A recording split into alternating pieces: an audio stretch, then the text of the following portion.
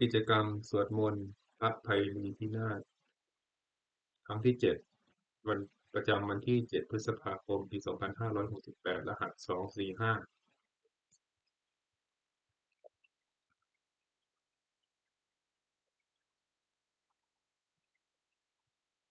วันนี้วันที่7พฤษภาคมปี2568เป็นวันที่7ของกิจกรรมสวดมนต์ข้าพเจ้าขอถวายเสียงสวดขยายพระสูตรพระปริตรและมนต์ต่างๆถวายเป็นพุทธบูชาธรรมบูชาสังฆบูชาและอาจาริยบูชาแด่ครูบาอาจารย์ทั้งหลายขอให้จิตข้าพเจ้าจงตั้งมั่นมีสติระลึกได้มีสมาธิจดจ่อในอักขระพยัญชนะในบทสวดอย่างต่อเนื่องด้วยเถิด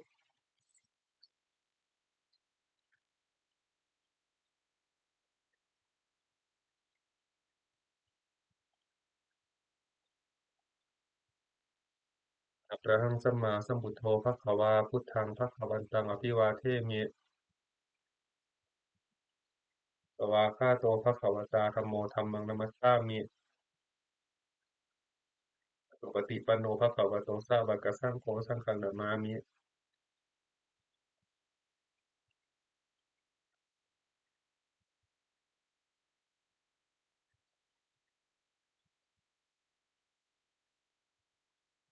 บูชาพระไพลิทินาศอะระหังสัมมาสัมพุทโธสุกิรังปรินิพพิโตภุเนหิทารมาโนทานิปารมีหิจะทิสสติยาวชีวังอะหังพุทธังธัมมังสังฆังสรณังคโตปุเชมิรัตนัตตยังธัมมังจรามิโสทินา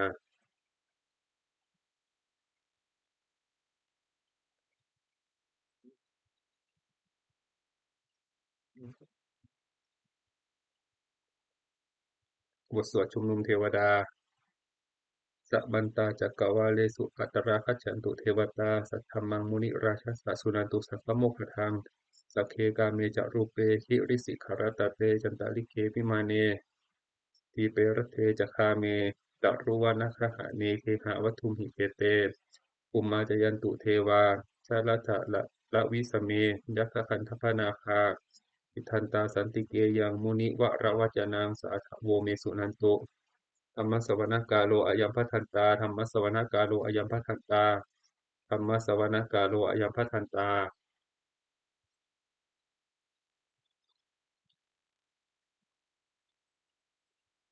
นะโมตัสสะภะคะวะโตอะระหะโตสัมมาสัมพุทธัสสะนะโมตัสสะภะคะวะโตอะระหะโตสัมมาสัมพุทธัสสะนะโมตัสสะภะคะวะโตอะระหะโตสัมมาสัมพุทธัสสะพุทธังสรณังคัจฉามิธัมมังสรณังคัจฉามิสังฆังสรณังคัจฉามิทุติยัมปิพุทธังสรณังคัจฉามิทุติยัมปิธัมมังสรณังคัจฉามิทุติยัมปิสังฆังสรณังคัจฉามิ ตติยัมปิพุทธังสรณังคัจฉามิตติยัมปิธัมมังสรณังคัจฉามิตติยัมปิสังฆังสรณังคัจฉามินัตถิเมสรณังอัญญังพุทโธเมสรณังวรังเอเตนะสัจวัชเชนะโสทิเมโหตุสัพพทานัตถิเมสรณังอัญญังธัมโมเมสรณังวรังเอเตนะสัจวัชเชนะโสทิเมโหตุสัพพทานัตถิเมสรณังอัญญังสังโฆเมสรณังวรังเอเตนะสัจวัชเชนะโสทิเมโหตุสัพพทาสวดติรัตนะปะนามคาถา พุทธังนะเมระตนะภูตะสรีระจิตตังธัมมังนะเมระตนะภูตะวิสุทธิสารังสังฆังนะเมระตนะภูตะสุสีละทิฏฐิเอตังนะเมติรัตนังรัตนัตตยะวะหังสัมมาสโมสริตะวัตถุวิเศษภูตังอัญโยยายุตตะคุณโยคะวะสัพปะวะตังอัสมิงตะยัมหิปิ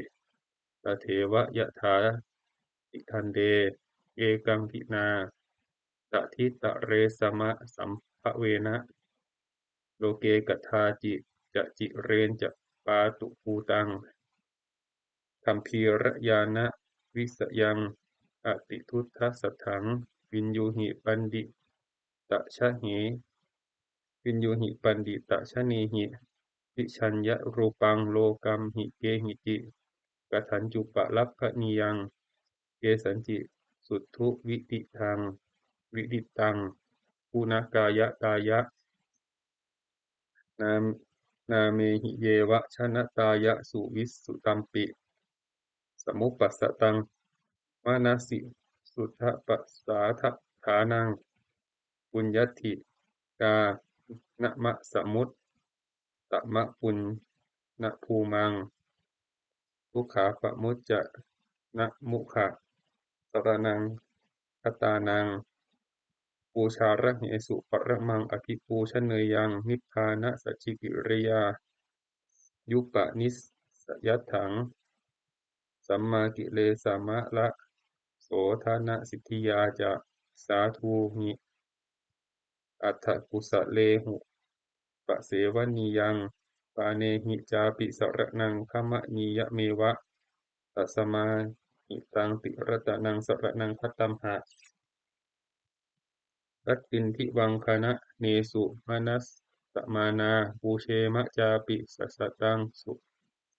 สุปสันนจิตตาตัฏฐานุปาริจริยาสัทธารตาจะปุญเยนะตัทธะสุกะเตนะสุขีภเวมุเตเชนะตัสสะจะสัทธาปิสุวัตถิโหตุโยเจตัทธะธรรมวินยันโยเจทะธรรมวินยัมหิปะมานะอุโตโลกุตราภิสัมมโยนิยโตสุโพชฌังตโสปนิสสยะจะยายะอะยัมปิโหตุวัตตเยปริจิโตสุปสาทกาโร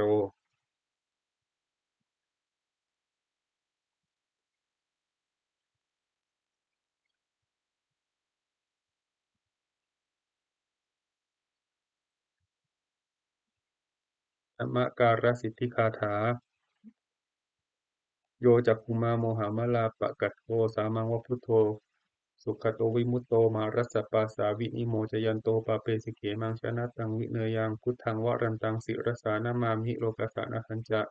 วินายกันจะตันเตหะสาเมชัยสิทธิโหตุสัพพันตรายาจะวินาศเมนตุธัมโมทะโชโยวิยัตตัสสะสตุทัสเสสิโลกัสสะวิสุทธิมัคคังนิยานิโกธัมมะทารัสสะทารีสาตาวะโหสันติกโรสุจินโนธัมมังวรันตังสิรสานามามิโมหปัฏฐานังอุปสันตถาหังตันติชะสามิชยสิทธิโหตุสัพพันตรายาจะวินาศเมตุ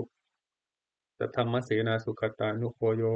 โลกัสสะปะปุปะกิเลสะเชตาสันโตสยังสันตินิโยชโกจะสวากขาตธรรมังวิธิตังกะโรติสังฆังวรันตังสิรสานะมามิพุทธานุพุทธังสมาสีลทิฏฐิง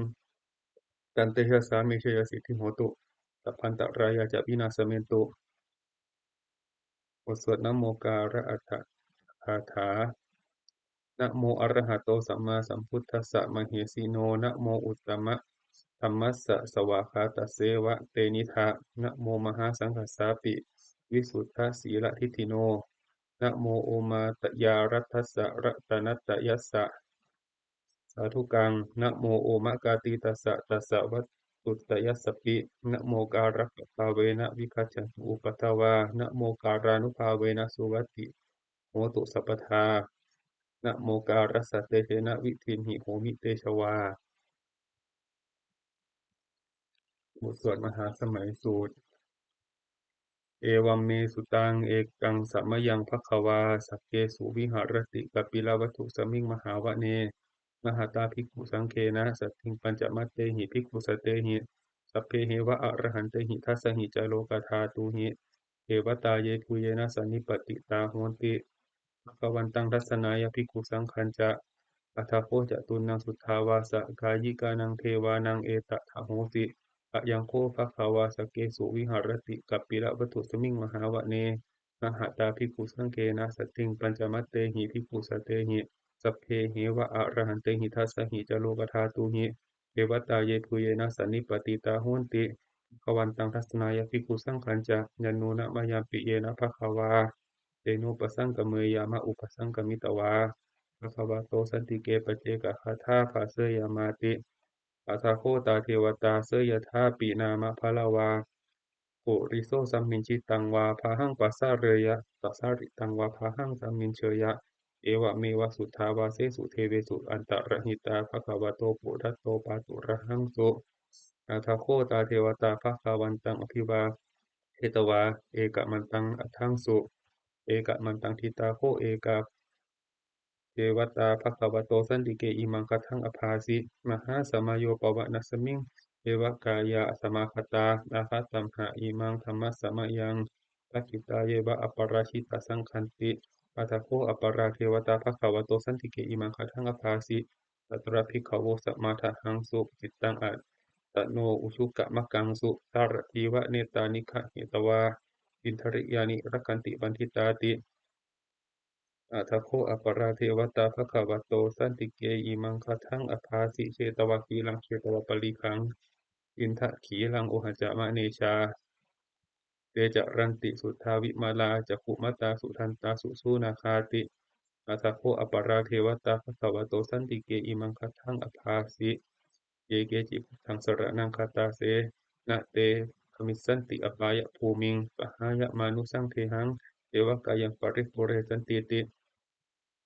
อัตถโคภควาภิกขุอามันเตสิเยปุเยนะภิกขเวทัสสะสุโลกธาตุสุเทวตาสันนิปติตาโหนติตถาคตังทัสสนายภิกขุสังคัญจะเยปิเตภิกขเวอเหสุงอติตมัฏฐานังอรันโตสัมมาสัมพุทธาเตสัมปิภควันตานังเอตปรมะเยวะเทวตาสันนิปติตาอเหสุงเสยถาปิไมหังเอตระหิเยปิเตภิกขเวภวิสันติอนาคตมัฏฐานังอรันโตสัมมาสัมพุทธา เตสัมปิภควันตานังเอตปรมะเยวะเทวตาสันนิปติตาภวิสันติเตยถาปิไมหังเอตระหิอาจิกิสสามิภิกขเวเทวกายานังนามามิอิตยิสสามิภิกขเวเทวกายานังนามามิเตสิสสามิเตสิสสามิภิกขเวเทวกายานังนามามิกังสุนาทัสสะภูกังมโนสิกโรธาอาสิสสามิติเตวังพันเตติโคเตภิกขุภควโตปัจจโสสุงภควาเอตทโวจา สิโลกะมนุกัสสามิยถาภุมมาตทัสสิตาเยสิตาคิริคัพพะรังปะหิตตาสมาหิตาอุทูสีหาวสาลีนาโลมหังสาภิสัมพุโนโอทาตมะนะสัสสุทาวิปัสสนะมานะวิปัสสนะมะนาวิลาเวโยปัญจสัจเจยตวาหวะเนคาปิลาวัฏเวตโตอมันตยิสัทธาสาวกเกสาสเนรเตเทวกายาภิกันตาเตวิชานาถาภิกขโวเตจะอาตปะมะกะรุงสุตวาพุทธสสสนัง เตสังปะตุระหุยานังอมนุสานาทัสสนังอเปเกสัตตมัตถคุงสหัสสังอัฏฐสัตตริงสัตตังเอเกสหัสสานังอมนุสานะมัตถสุงอเปเกนันตมัตถคุงทิกาสภาพุตตาอหุงสัจจันสัจตันจะสัพพังอภิญญายะวะวะกิตวานะจักขุมาตโตอมันตยิสัทธาสาวกเกสาสเนรเตเทวกายาภิกันตาเตวิชานาถาภิกขโวเยวหังกิตยิสามิ ขิระหิอนุปุพพโสจัตตะสหัสสะวยขาอุมมากาปิลาวัฏวาอิทิมันโตชุติมันโตวันนะวันโตยสัสสิโนโมทะมานาอภิกามุงภิกขุนังสมมิติงวะนังชะสหัสสะหิมวัตตายัคขานานัตตะวันนิโนอิทิมันโตชุติมันโตวันนะวันโตยสัสสิโนโมทะมานาภิกามุงภิกขุนังสามิติงวะนังสาตาคิราปิสหัสสะยัคขานานัตตะวันนิโน อิทิมันโตชุติมันโตวันนะวันโตยสัสสิโนโมทะมานาภิกามุงภิกขุนังสมิติงวนังเกเจเตโสละสะสหัสสายขานานัตตะวันนิโนอิทิมันโตชุติมันโตวันนะวันโตยสัสสิโนโมทะมานาอภิกามุงภิกขุนังสมิติงวนังเวสามิตาปัญจสัตตายขานานัตตะวันนิโนอิทิมันโตชุติมันโตวันนะวันโตยสัสสิโนโมทะมานาภิกามุงภิกขุนังสมิติงวนัง อุมพิโรราชาคหิโกเวปุลสานิเวสนังพิโยนังสัตตสหัสสังยคานังปยิรุปปัสสติอุมพิโรราชาคหิโกโซปะคัสสมิติงวนัง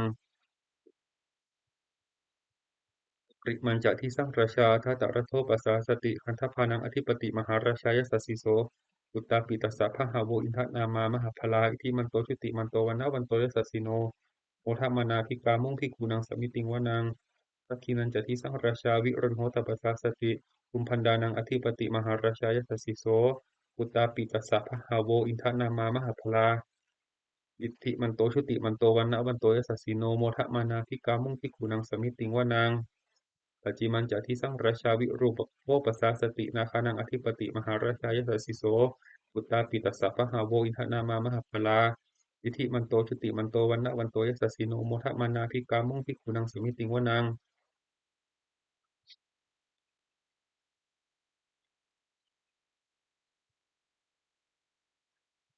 ตรัญจะที่สร้างราชากุเบโรตัปปสสสติยัคขานังอธิปติมหาราชายสัสสิโส อุตตาปิตัสสะพหาโวอินทนามามหาพลาอิทิมันโตชุติมันโตวันนะวันโตยสัสสิโนโมทมานาอภิกามุ่งพิกูนังสามิติงวะนางปุริมาทิสังพัตตารโตทักขิเนนะวิรุณหโกปจิเมนะวิรูปโกกุเวโรอุตรังทิสังตตารโรเตมหาราชาสัมมันตาจตุโรทิสา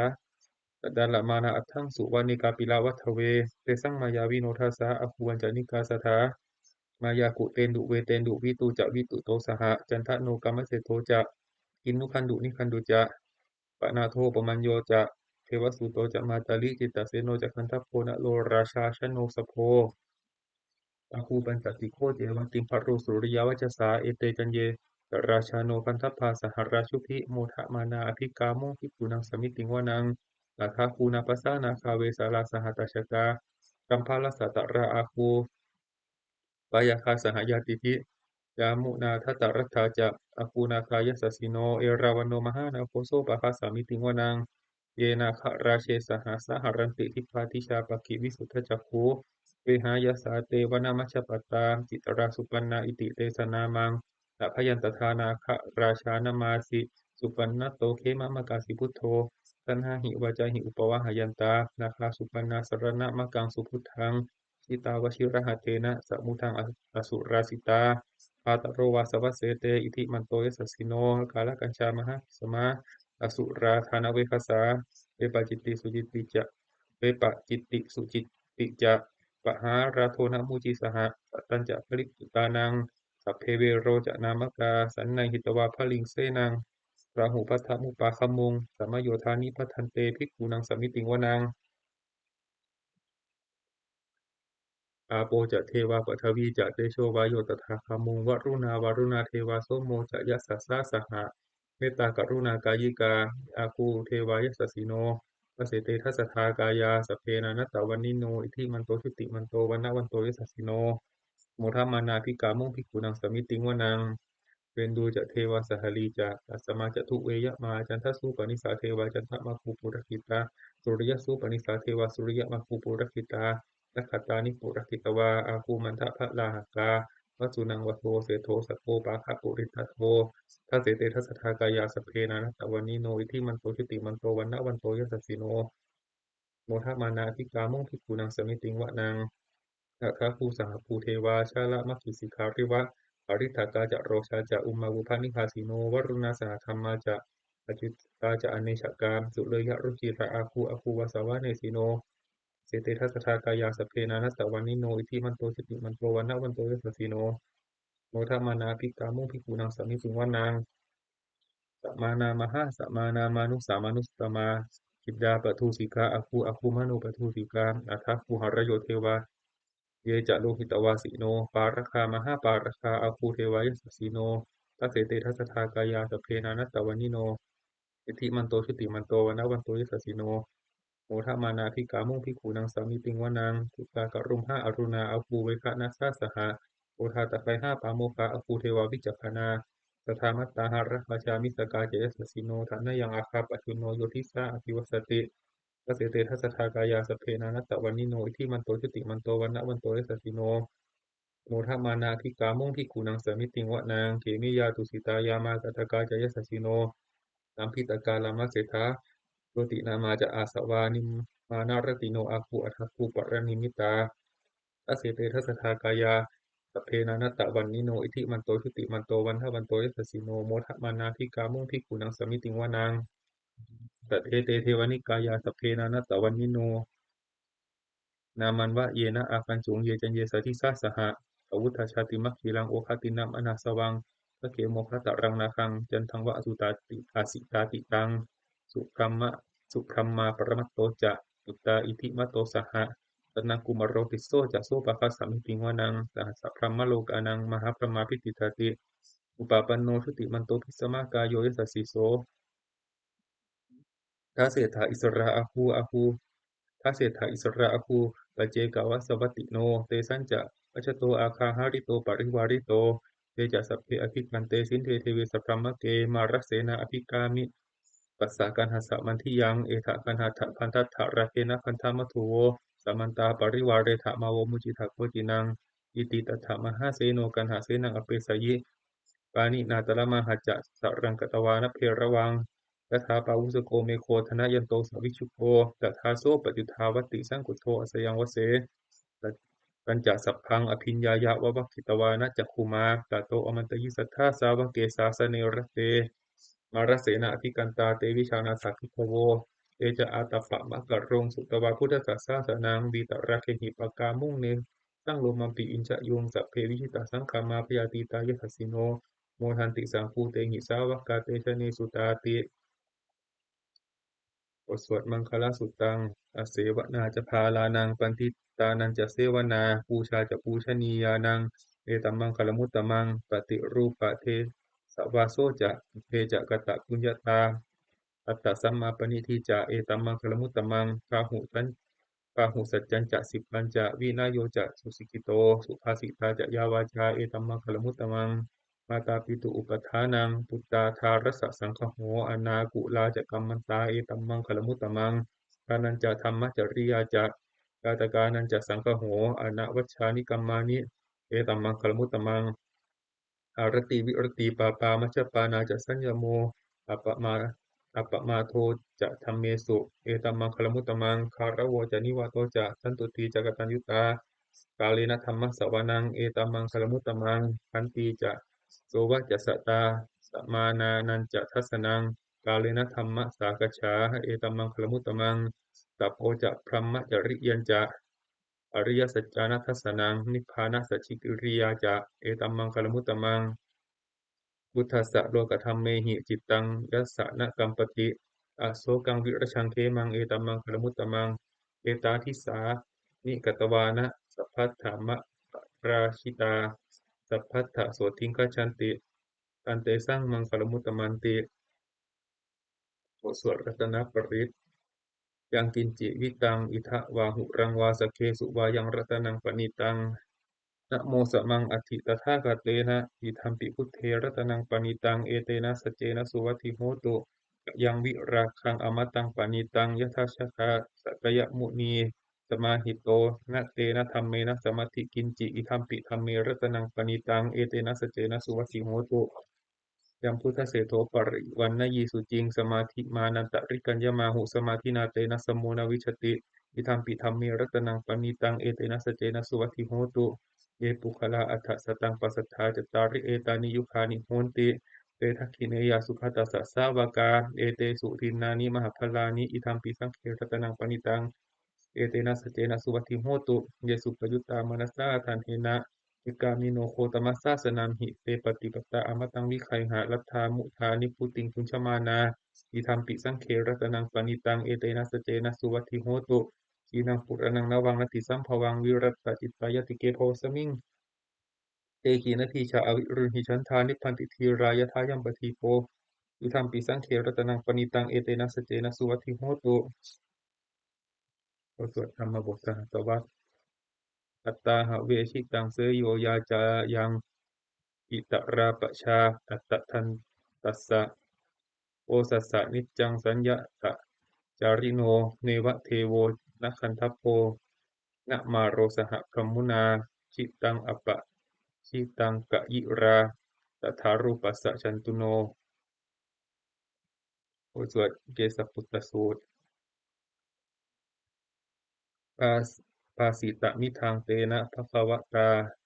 ชาณตาปัสสตาอรหัตตาสัมมาสัมพุทเทนะ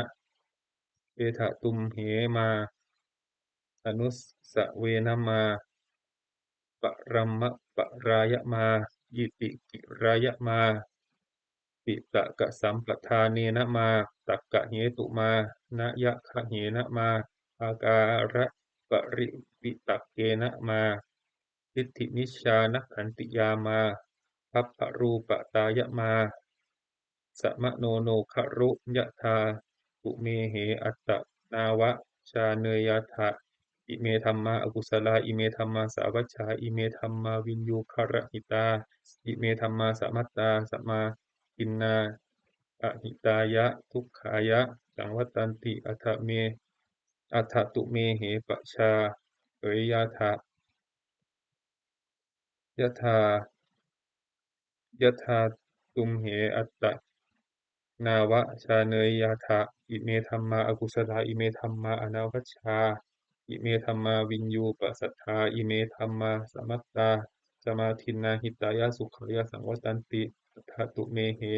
อุปสัมปชชะวิหะเรยยาถาติบทสวดอุปเนยสูตรอุปนิยติชีวิตมัปปมายังชารุชรูปนีตัสสะนะสันติตานาเอตังพยังมรณเนเปขมาโนปุญญานิกะยิราถสุขาวหานิอุปนิยติชีวิอุปนิยติชีวิตมัปปมายังชรูปนีตัสสะนะสันติตานาเอตังพยังมรณเนเปขมาโนโลกามิสังปะชะเหสันติเปโขโยทากายเยนะสังยโมวาจายะอุทาเจตสาตังตัสสะเปตาสะสุขายะโหติยังชีวมาโนปะกะโรติปุญญังธัมโมหเวรัคคติธรรมจาริงธัมโมสุจินโนสุขะมาวะอาติเอสานิสังโสธัมเมสุจินเนนะทุกขติงคัจฉติธรรมจารีสัพเพสังขาราอนิจจาติยถายะถาปัญญายะปัสสติอัฏฐนิพพินตติทุกเขเอสะมัคโควิสุทธิยาสัพเพสังขาราทุกขาติยะถาปัญญายะปัสสติอัฏฐนิพพินตติทุกเขเอสะมัคโควิสุทธิยาสัพเพธัมมานัตตาติยะถาปัญญายะปัสสติอัฏฐนิพพินตติทุกเขเอสะมัคโควิสุทธิยาบทสวดอปันนกชาดกอปันนกัฏฐะอปันนกัฏฐานะเมเกทุติยังอาหุตกิตาเอตทัญญายะเมธาวีตังคะคันเหยยะอปันนกังพาหุงเวสรนังยันติปภัตตานิวนานิจาอารามรุกขเจตยานิมนุสสาพยตชิตาเนตังโฆสรนังเขมังเนตังสรณมุตตมังเนตังสรณะมาคัมมะ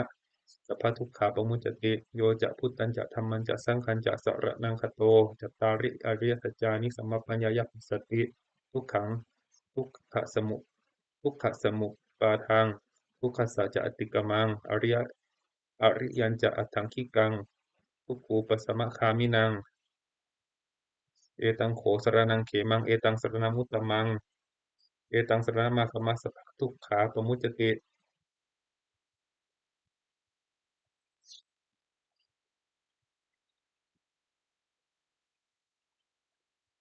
บทสวดพระเทกรัตตคาถา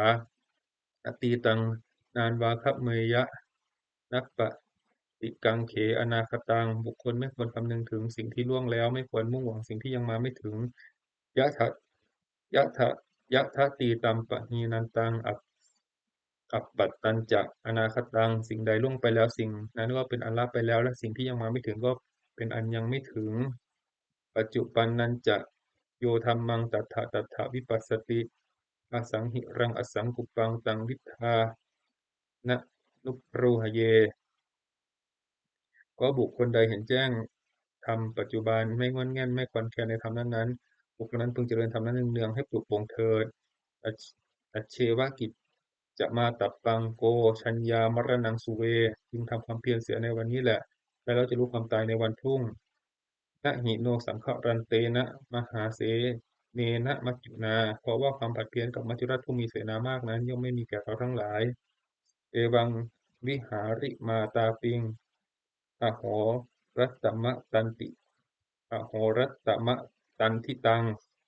ตังเวพัทเทกะรัตโตติสันโตอาจิกขเตมุนีติ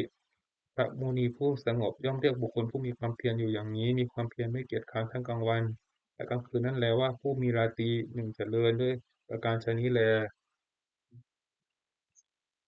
บทสวดอภินหปัจจเวคขณปาฐะชราธรรมโมหิชรังอนัตติโตเรามีความแก่เป็นธรรมดาเราจะล่วงพ้นความแก่ไปไม่ได้พยาธรรมโมหิพยาทิงอนัตติโตเรามีความเจ็บไข้เป็นธรรมดาเราจะล่วงพ้นความเจ็บไข้ไปไม่ได้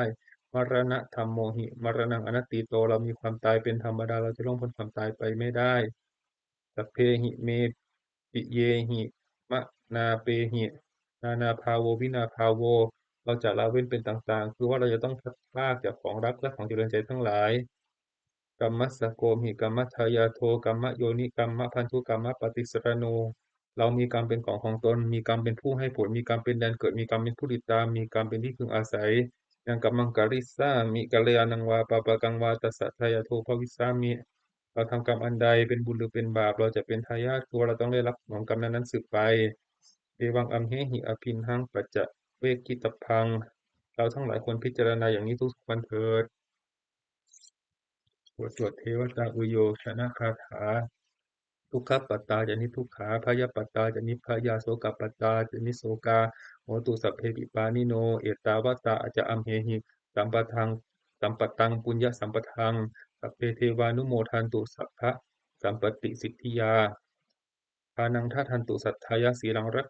ขันตุสัพพทาภาวนาอิรตาโหนตุคัจฉันตุเทวตาคตา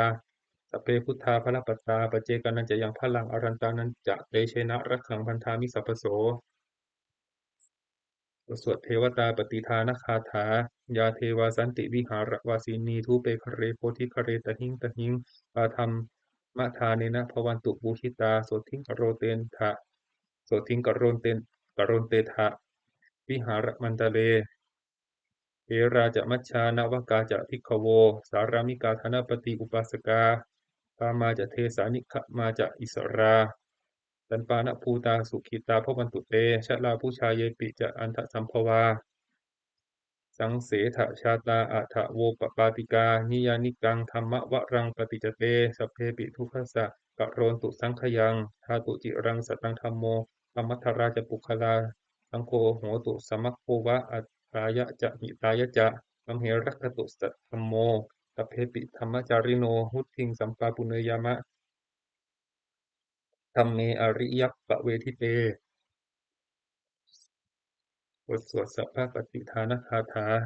ปุญญสิทานิกาตัสสะยานัญญานิกตานิเมเตสัญจภาคิโนโหนตุสัตตานันตปปมานากาเยปิยาคุณวันตาจะไมหังมาตาปิตาทโยทิฏฐาเมจาจทิฏฐาวาอัญเยมัชฌตตาริอัญเยมัชฌตตะเวริโนสัตตาอิทันติโลกัสมิงเตภุมมาจตุโยนิกาปเจกจตุโวการาสังสรันตาภวาภเวยาตังเยปฏิทานัมเมอนุโมทันตุเตสยัง เยจิมังนัปปชานันติเทวาเตสังนิเวทยุง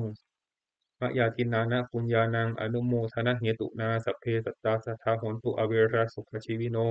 เขมะปะทันจะปะปุนตุเตสาสาชิตสตังสุภา ขอสัตว์ทั้งหลายไม่มีที่สุดไม่มีประมาณจงเป็นผู้มีส่วนแห่งบุญที่ข้าพเจ้าได้ทำในบัดนี้แต่บุญทั้งหลายอื่นที่ข้าพเจ้าได้ทำแล้วคือชนเหล่าใดที่เป็นที่รักผู้มีคุณมีมารดาและบิดาของข้าพเจ้าเป็นต้นที่ข้าพเจ้าได้เห็นหรือแม้ไม่ได้เห็นแลสัตว์ทั้งหลายอื่นที่เป็นกลางและมีเวรการอยู่ตั้งอยู่ในโลกเกิดในภูมิสามเกิดในกำเนิดสี่มีขันธ์ห้าแลขันธ์หนึ่งแลขันธ์สี่ท่องเที่ยวอยู่ในภพน้อยภพใหญ่สัตว์เหล่าใดทราบในส่วนบุญของข้าพเจ้าแล้วขอสัตว์เหล่านั้นจงอนุโมทนาเองเถิดก็สัตว์เหล่าใดย่อมไม่ทราบ ในการให้ส่วนบุญของข้าพเจ้านี้ขอเทพทั้งหลายจึงแจ้งแก่สัตว์เหล่านั้นเพราะเหตุคืออนุโมทนาบุญทั้งหลายที่ข้าพเจ้าให้แล้วขอสัตว์ทั้งปวงจงอย่ามีเวรอยู่เป็นสุขเสมอเถิดและจงถึงทางเกษมขอให้ความหวังอันดีของสัตว์เหล่านั้นจงสำเร็จเถิด ด้วยอานุภาพแห่งสัจจะอธิษฐานอานุภาพแห่งความเพียรและอานิสงส์แห่งการบูชาพระรัตนตรัยด้วยการสวดสาธยายสวดมนต์พระสูตรพระปริตรและพระคาถาเหล่านี้ขอความสุขสวัสดีจงมีแก่ข้าพเจ้าขอให้พ้นจากทุกภัยทั้งปวงขอให้ข้าพเจ้าเจริญทั้งทางโลกและทางธรรมขอทวยเทพเทวดาทั้งหลายโปรดอนุโมทนาในการสวดสาธยายมนต์และธรรมะเหล่านี้เมื่ออนุโมทนาแล้วโปรดอำนวยอวยพรให้แก่ข้าพเจ้าและวัตถุมงคลพระกิ่งไพรีพินาศ โดยมูลนิธิสมเด็จพระญาณสังวรวัดบวรนิเวศวิหารตลอดจนวัตถุมงคลทั้งหลายที่สามสิ่งสร้างขึ้นที่ผ่านมาและที่จะสร้างในอนาคตขอให้เปี่ยมด้วยอานุภาพแห่งพระปริตรและคำมงคลในข่าวต่างๆจงสำเร็จศักดิ์สิทธิ์ทุกประการเถิด